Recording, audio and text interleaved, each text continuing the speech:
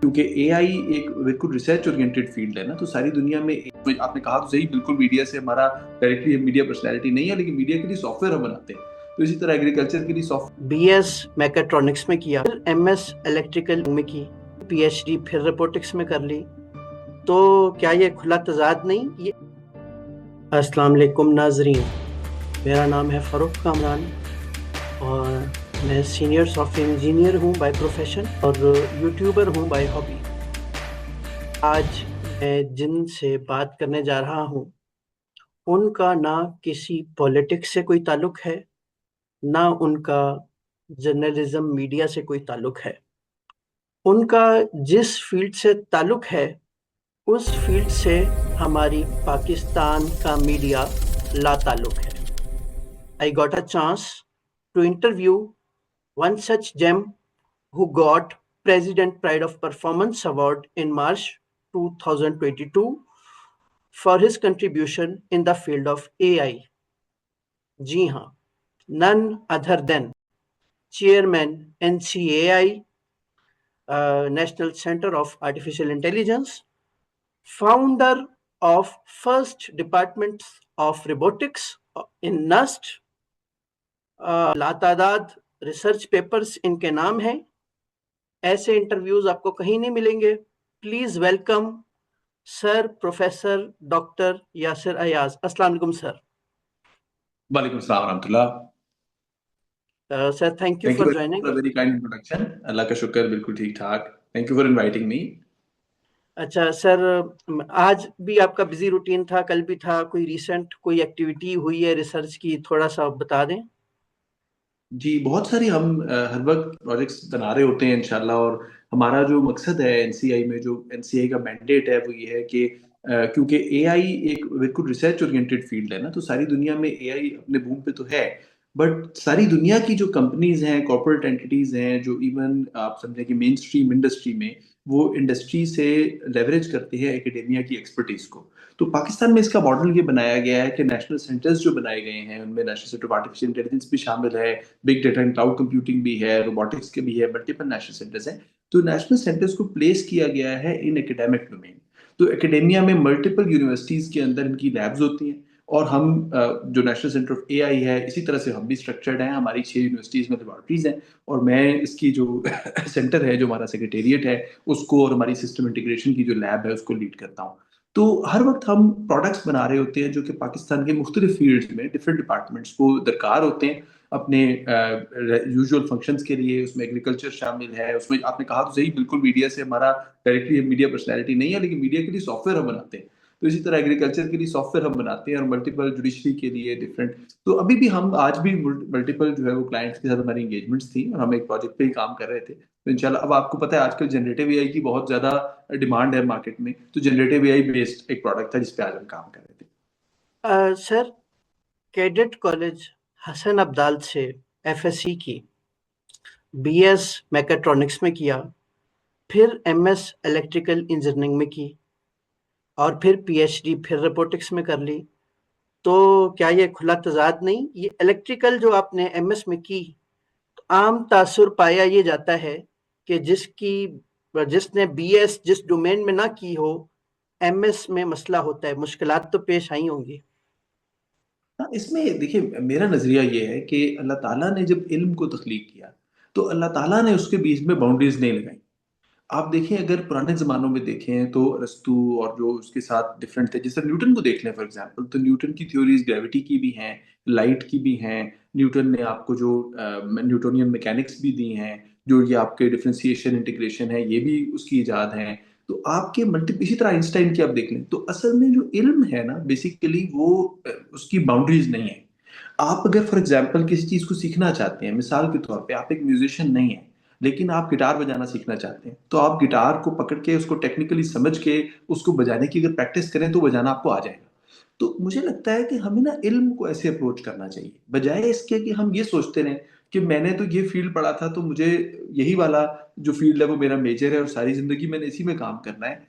In fact मैं कई ऐसे लोगों को जानता हूँ जिन्होंने अपनी बैचलर्स इंजीनियरिंग में करने के बाद उनको ख्याल आया कि हमारा एप्टीट्यूड मेडिसिन की तरफ था, तो उन्होंने डिग्री करने के बाद मेडिकल साइंस में अलहदा से एडमिशन लिया, मेडिकल डॉक्टरी पढ़ी और बड़े कामयाब डॉक्टर हैं अमेरिका में, दूसरी जगहों पे इंशाल्लाह। इसी तरीके से आप देखेंगे जब लोग बायोमेडिकल इंजीनियरिंग पढ़ते हैं, तो यूनिवर्सिटी ऑफ विस्कॉन्सिन मेडिसिन का सबसे रिकग्नाइज्ड प्रोग्राम है अमेरिका में। तो बायोमेडिकल इंजीनियरिंग में जब लोग जाते हैं, तो जो इंजीनियरिंग बैकग्राउंड से जाते हैं वो उनके मेडिकल के कोर्सेज होते हैं जो पढ़ते हैं और उसमें आगे चलते हैं। इसी तरह मेडिसिन बैकग्राउंड से आते हैं वो इंजीनियरिंग के कोर्सेज पढ़ते हैं और आगे चलते हैं। तो आज की दुनिया में ना साइंस में बाउंड्रीज बहुत कम रह गई हैं, नंबर वन। नंबर टू, कि मेरी शुरू से ही अपने स्कूल ईयर्स से प्रोग्रामिंग मेरी हॉबी थी। और मैं, मुझे याद है मैंने अपना पहला कंप्यूटर प्रोग्राम लिखा था जब मैं 5th ग्रेड में था। तो मैं इवन जब मैकेट्रॉनिक्स में था या मैं इलेक्ट्रिकल में था, तो मेरी जो स्ट्रेंथ प्रोग्रामिंग की थी वो हमेशा मेरे साथ थी। तो मैं किसी न किसी तरह जो कंप्यूटर और प्रोग्रामिंग के अराउंड का काम करता रहता था। मुझे याद है मैं, I was never dependent on just the courses जो कि क्लास में हमें पढ़ाए जा रहे हैं। मैं खुद से सेल्फ रीडिंग, सेल्फ स्टडी बहुत ज्यादा करता था। जो आपकी डिस्ट्रीब्यूटेड कंप्यूटिंग की प्रोग्रामिंग है, मैंने अपना पहला जो डिस्ट्रीब्यूटेड कंप्यूटिंग का प्रोग्राम लिखा वो मैं 3rd सेमेस्टर में था इंजीनियरिंग में, जब मैं मैकेट्रॉनिक्स इंजीनियरिंग का स्टूडेंट था कॉलेज ऑफ ईएमई में, उस वक्त मैंने लिखा था। तो इसी तरीके से मैंने जो पहला रिसर्च पेपर अटेम्प्ट किया था वो मैं 9th ग्रेड में था स्कूल में, जब पहली दफा मैंने वेक्टर मैकेनिक्स पे रिसर्च पेपर अटेम्प्ट किया था। मैंने यूनिवर्सिटी ऑफ मैनचेस्टर को फ्लूइड माशाल्लाह। मैकेनिक्स जर्नल में भेजा था। तो मैं, और यकीनन आपकी बात गलत नहीं है, कि होता यह है कि फॉर एग्जाम्पल जिस तरीके से मैं जब इलेक्ट्रिकल में मास्टर्स में आया, तो मैंने सिग्नल प्रोसेसिंग नहीं पढ़ी हुई थी अपने बैचलर्स में। तो मुझे सिग्नल प्रोसेसिंग को पढ़ने में दुश्वारी शुरू में पेश आई, जब स्टोकेस्टिक प्रोसेसेस हमने पढ़ने शुरू किए और फिर आगे हमने अडैप्टिव फिल्टर पढ़ने थे। तो मुझे एक दफा मुश्किल पेश आई, लेकिन उसका तरीका ये था कि मैंने जो बैचलर्स की बुक्स थी वो खरीदी, और मैंने उन बुक्स से पहले थोड़ा सा खुद सेल्फ स्टडी किया। And once I was able to do that, तो उसके बाद फिर मैं मास्टर्स के कोर्सेज को समझ पाया और मेरे अच्छे ग्रेड्स आए। मास्टर्स में भी मेरा जीपीए बहुत अच्छा था, अल्लाह का शुक्र है। तो बैचलर्स में भी अच्छा था, मास्टर्स में भी। और फिर मैं जब पीएचडी में गया, तो ह्यूमनॉइड रोबोट्स जिसमें मैं अपना काम कर रहा था पीएचडी में, मेरी जो पीएचडी का टाइटल था वो इंसान की शक्ल के जो रोबोट्स हैं उनके ह्यूमन एनवायरनमेंट्स के अंदर गुजरने फिरने, चीजों को टच करने, अपना रास्ता ढूंढने, और नेविगेशन, और एआई जो रियल फील्ड में होती है, जिसको आजकल अब एम्बॉडीड एआई का नाम दिया जाता है, तो वो मेरी मेजर था जिसमें मैंने इसमें काम किया। तो ये आप समझे कि एक जर्नी था जिसमें मैंने अपने बैचलर्स में भी ह्यूमनॉइड पे ही थीसिस किया था, मैंने अपने मास्टर्स में भी ह्यूमनॉइड पे काम किया, पीएचडी में भी। और तीनों में जो काम था उसमें ये कि बैचलर्स में मैंने एक पूरा रोबोट खुद बनाया भी। तो उसकी पूरी जो मैकेनिकल इंजीनियरिंग, उसकी जो मोटर्स लगानी थी, उसका जो कंट्रोल सिस्टम्स था, वो सारा मैंने और मेरी टीम ने, क्योंकि मेरी टीम का बहुत इंपॉर्टेंट इसमें कंट्रीब्यूशन था। मैं, I was leading the team, और मेरे साथ 3 मेरे जो दोस्त थे जो मेरे साथ फैकल्टी कर रहे थे वो शामिल थे। फिर मेरे मास्टर्स में जब मैंने काम किया, तो आपको पता है मास्टर्स के प्रोजेक्ट इंडिविजुअल होते हैं, तो उसमें मैंने जो एआई की सर्च बेस्ड एआई थी उसमें मैंने एंट्री पॉइंट किया, लेकिन वहां पे मेरे पास ह्यूमन लाइफ साइज का रोबोट अवेलेबल नहीं था पाकिस्तान में, तो I could just do simulation. फिर मैं अपनी पीएचडी में जब जापान गया, तो मैंने हार्डवेयर के ऊपर, एक्चुअल ह्यूमनॉइड वॉकिंग रोबोट्स के ऊपर बहुत सारा काम किया। और आज आप देखें तो दुनिया उस डायरेक्शन में वापस पहुंच गई है। टेस्ला भी ह्यूमनॉइड्स बना रहा है, आपके एनवीडिया भी ह्यूमनॉइड उन्होंने शोकेस किया है। मल्टीपल दुनिया की टॉप कंपनीज अब एम्बॉडीड एआई की तरफ आ गई हैं, और they are focusing on humanoid robots as well. सही। तो जब मैंने 9th ग्रेड में अपना पहला रिसर्च पेपर अटेम्प्ट किया, उसकी स्टोरी ये थी कि मैं, क्योंकि हमारे फिजिक्स के एक सर थे जो, जब हम स्कूल में थे उनसे पढ़ते थे, सिद्दीक पब्लिक स्कूल था मेरा जिसमें मैंने मैट्रिक तक पढ़ा। और वहाँ पे जो हमारे सर थे वो हमें बड़ा जो है ना वो कंसेप्चुअली पढ़ाते थे। उनका एक कसूल था कि वो क्लास में हमें कहते थे कि किताब नहीं खोलनी, और वो हमसे रीजनिंग करते थे। तो वो हमें ओपनली साइंस में सोचना सिखाते थे कि आपके सामने एक प्रॉब्लम पेश हुआ है, तो आप कैसे इसमें इन्फर करके मल्टीपल रीजंस बनाएंगे, उनको एक दूसरे के क्रॉस सॉल्व करेंगे, और कैसे एक कंक्लूजन के ऊपर आएंगे। तो उससे हमारी जो साइंटिफिक सोचने का अंदाज था वो बहुत ओपन हुआ। और आई थिंक कि मेरे लिए साइंस का जो देखने का तरीका डिफरेंट हो गया, और एजुकेशन को अप्रोच करने का तरीका डिफरेंट हो गया, वो वहां से मैंने बेसिकली पिक किया। और मुझे याद है कि जब मैं 9th ग्रेड में था उस वक्त, मैं इससे पहले भी मैं 2-3 दफा कोई नई अटेम्प्ट कर चुका था, किसी नई थ्योरी को फॉर एग्जांपल जो मैंने सही समझा उसको मैंने ला के प्रेजेंट किया, अपने टीचर्स से डिस्कस किया।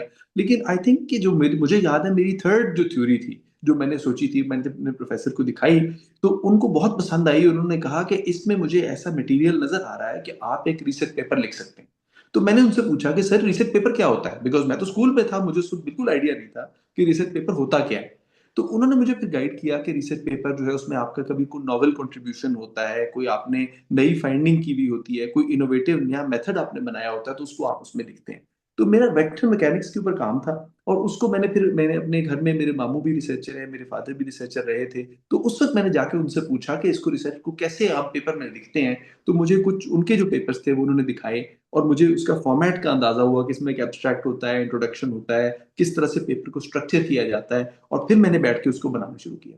तो पहली दफा जब किसी ने मुझे, जब इंटरनेशनल रिव्यू के लिए, मुझे याद है जब मैंने पेपर भेजा, तो ये वो जमाना है जब अभी, मैं इतना बूढ़ा नहीं हूँ लेकिन वो जमाना है जब अभी जर्नल पेपर्स जो हैं उनके लिए वेबसाइट पे पोर्टल नहीं हुआ करते थे। जर्नल ईमेल से पेपर रिसीव नहीं करते थे। और रिक्वायरमेंट ये थी कि जर्नल जो है उसको हमें खत के लिफाफे में डाल के रिव्यू के लिए भेजना पड़ता था।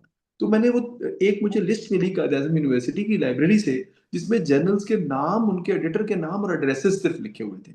इससे ज्यादा मेरे पास इंफॉर्मेशन नहीं थी, मेरे पास जर्नल भी मौजूद नहीं थे कि उनमें पिछले पेपर्स में पढ़ सकता या उनमें से साइट कर सकता। तो ज्यादातर जो मेरे रेफरेंसेस थे वो मेरी बुक्स थी, और दूसरे जो मुझे ऑनलाइन कुछ, क्योंकि जर्नल्स की वेबसाइट तो होती नहीं थी जिस पर अपनी प्रोसीडिंग रखते या अपने पेपर रखते, वो तो प्रिंट में छपते थे। तो मैंने जो अपना पेपर लिखा, उसको जो प्रिंट करके उनमें से एक जर्नल जिसका टाइटल मुझे रेलेवेंट लगा, उसके बेस पे मैंने उसको सिंपल सिंगल साइड पे 1.5 लाइन स्पेसिंग के साथ 12 फॉन्ट में, मुझे याद है उसका फॉर्मेट था, फिगर्स को अलहदा करते थे, टेक्स्ट को अलहदा करते थे, उस पर 3 कॉपीज रिव्यू के लिए पैक करके उसके ऊपर अपना लेटर लगा के, जिसको मैंने हाथ से साइन किया, और वो मैंने यूनिवर्सिटी ऑफ मैनचेस्टर का, उस वक्त एडिटर थे जर्नल के, जर्नल ऑफ फ्लूइड मैकेनिक्स था, उनको मैंने वो रिव्यू के लिए भेजा। तो उनका जब मुझे खत का जवाब आया, और मैं अभी 9th ग्रेड में था स्कूल में, तो पहली दफा किसी ने मुझे खत के ऊपर डियर डॉक्टर अयाज लिखा। तो वो मेरे लिए एक बड़ी इंटरेस्टिंग चीज थी कि मैं अभी 9th का स्कूल का बच्चा था, और मुझे जवाब में खत आया और उसमें उन्होंने डियर डॉक्टर अयाज करके मुझे मुखातिब किया। तो जिंदगी में पहली दफा जब मुझे किसी ने डॉक्टर अयाज कहा, उस वक्त मैं अभी स्कूल में था, 9th ग्रेड में। तो एक ये माइलस्टोन था जिसने मुझे क्या मोटिवेट किया। फिर मुझे याद है कि मैं अपने अंडर ग्रेड में भी ना, मैं ये सोचता था कि मैं पीएचडी करूं, और रोबोटिक्स और एआई मेरा पसंद का फील्ड था उस वक्त भी।